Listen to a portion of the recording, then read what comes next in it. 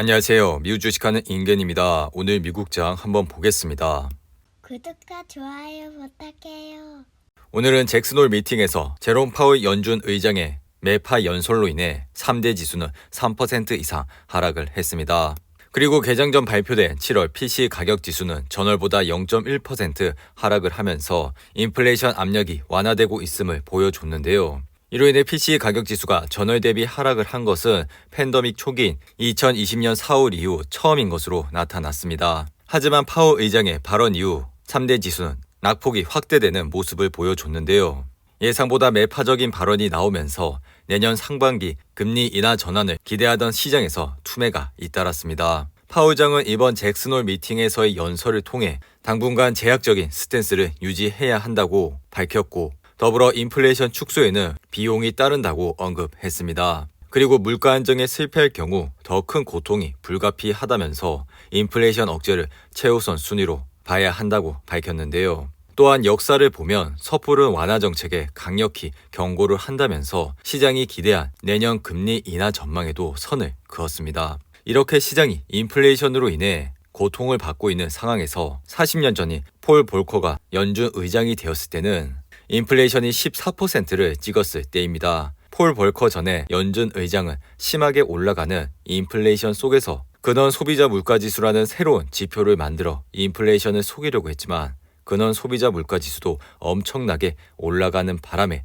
결국 새로운 연준 의장인 폴 볼커를 임명합니다. 폴 볼커는 처음부터 입장이 달랐습니다. 자기는 오직 인플레이션을 강경하게 잡겠다고 언급을 했는데요. 이렇게 1980년 폴 볼커가 연준 의장으로 임명된 이후 금리는 20%까지 올립니다. 처음 금리 인상을 발표했을 때 11%였던 금리를 15%대까지 올리는 초강수를 두면서 이때 주식시장과 부동산 시장은 엄청난 하락과 경기 침체가 왔고, 폴 볼커는 살해 협박까지 받을 정도로 엄청난 압박을 받았는데요. 하지만 폴 볼커는 다음에도 또 다음에도 또 그 다음에도 금리를 올리면서 기준금리 20%라는 카드를 꺼내며 초강수를 두기 시작합니다. 이로 인해 2년여 동안 많은 기업과 개인이 희생을 했지만 그래도 결국 미국 시장은 안정화가 됐고, 유동성이 적어지면서 14%를 찍던 CPI 지수는 2%대까지 내려갔습니다.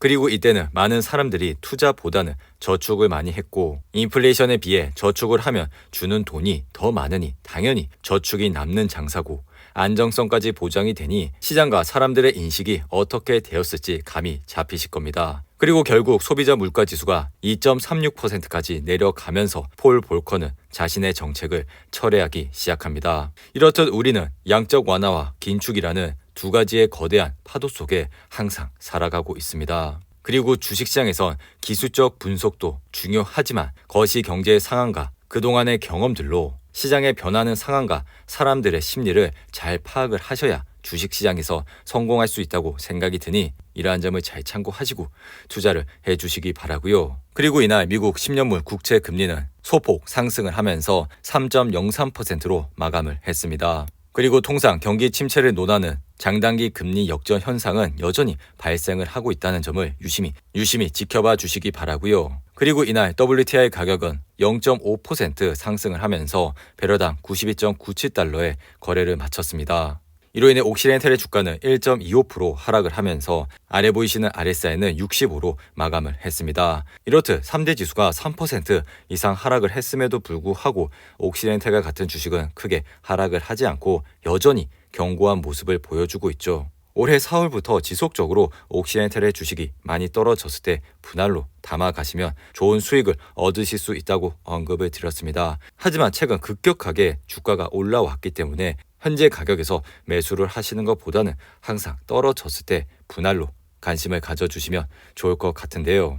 그리고 어제 영상에서 제가 목소리가 변하지 않았다고 말씀을 드렸는데 이것을 듣고 어제 동키로님이 제가 진짜 사람이었구나 라고 말씀을 해주셨습니다. 앞으로도 인간적인 모습을 지속적으로 보여드릴 테니 이러한 의심은 하시지 않으셔도 될 것 같습니다. 그리고 이날은 미국 법무부가 애플에 대해 반독점 수사를 고려하고 있다는 소식이 알려지면서 이날 애플의 주가는 4% 가까이 하락을 했습니다. 애플의 차트를 보시며 이날 하락으로 아래 보이신 RSI는 48로 마감을 했는데요. 애플은 최근 134불이라는 지지선을 바탕으로 해서 V자 반등을 했고 이내 주가는 174불대까지 올라왔습니다. 그리고 이러한 포인트 때 RSI는 76까지 올라왔죠. 개인적인 생각으로 RSI가 70 이상일 때부터는 주가는 단기 과열이 됐다고 생각이 드니 이러한 타이밍 때 매수를 하시는 것보다는 항상 주가가 떨어졌을 때 분할로 관심을 가져주셔야 주식시장에서 좋은 수익을 얻으실 수가 있다고 생각이 들고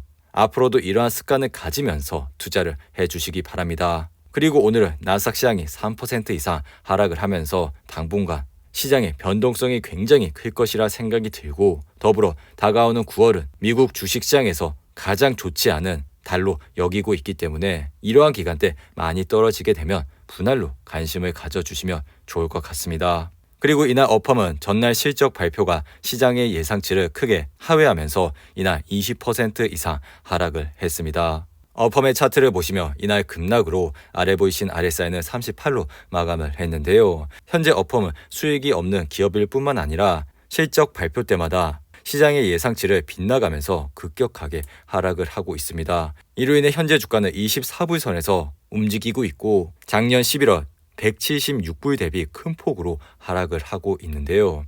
그럼에도 불구하고 여전히 시장의 금리는 인상이 되고 있고 이렇게 순이익이 바탕이 되고 있지 않은 기업에 투자를 하시는 것보다는 현금이 많고 지속적인 성장을 하는 그런 우량한 기업에 집중적으로 관심을 가져주시기 바랍니다. 그리고 펠로톤은 목요일 실적 발표를 통해 20% 이상 하락을 했지만 오늘 역시 추가로 5% 이상 하락을 하면서 좋지 않은 흐름세를 이어갔습니다. 그리고 델 테크놀로지는 PC 시장의 부정적 전망으로 이날 주가는 11% 이상 하락을 했습니다. 그리고 스파이 ETF를 보시며 이날 3.38% 하락을 하면서 아래 보이신 RSI는 44로 마감을 했는데요. 스파이도 마찬가지로 최근 급격하게 상승을 하면서 RSI가 70 이상을 찍는 모습을 보여줬죠. 이로 인해 이후 주가는 하락을 하면서 현재 405불 선에서 흐름을 이어가고 있습니다. 그리고 현재 시장은 급격한 금리 인상으로 인해 경기 침체 우려가 지속적으로 나오고 있고 이로 인해 개별 주식을 하시는데 크게 어려움이 있습니다. 하지만 이러한 스파이와 같은 좋은 ETF에 매달 적립식으로 투자만 잘 하시더라도 좋은 수익을 얻으실 수가 있다고 생각이 들고 앞으로도 이러한 투자 방법은 유효하다고 생각이 드니 이러한 점을 잘 참고하시고 투자를 해주시기 바랍니다. 그리고 주식시장의 피어 앤 그리드 지수를 보시며 이날은 44로 마감을 했는데요. 항상 시장이 공포감에 있을 때 시장을 주목해 주시기 바라고 시장이 극도의 공포감에 올 수가 있으니 이러한 기간 때 좋은 기업에 분할 매수를 해주시면 좋을 것 같습니다. 오늘도 8분이 넘는 긴 영상 끝까지 시청해 주셔서 감사하고요. 가시기 전에 구독과 좋아요 잊지 마시고 그럼 다음 영상에서 찾아뵙겠습니다. 감사합니다.